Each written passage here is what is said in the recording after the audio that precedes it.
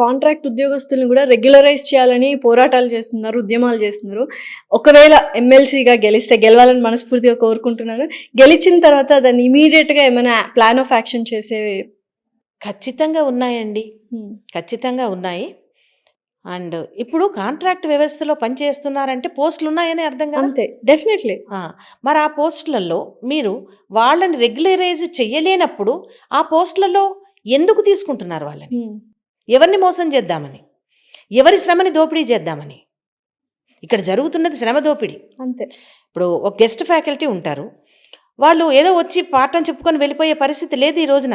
నువ్వు study hours అంటున్నావు, అదంటున్నావు, ఇదంటున్నావు, మరి స్టూడెంట్ వదిలిపెట్టిపోయే పరిస్థితి లేదు.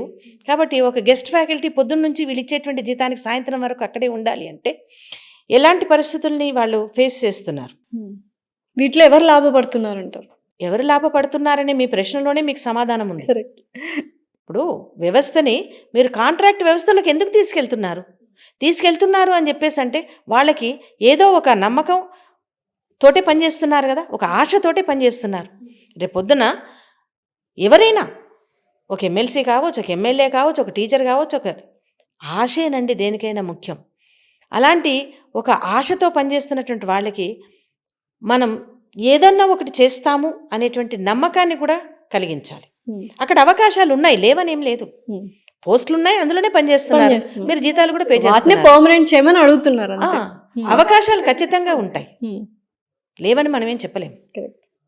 దానికి తగినట్టుగా వాళ్ళు సిద్ధపడి కూడా ఉన్నారు. ఇప్పుడు గవర్నమెంట్ డిగ్రీ కాలేజీలో పని చేయాలి అంటే పిహెచ్డి ఉండాలి, ఎంఫిల్ ఉండాలి, తగ్గ అర్హతలు ఉన్నాయి. అర్హతలు సంపాదించుకొని పనిచేస్తున్నారు వాళ్ళు.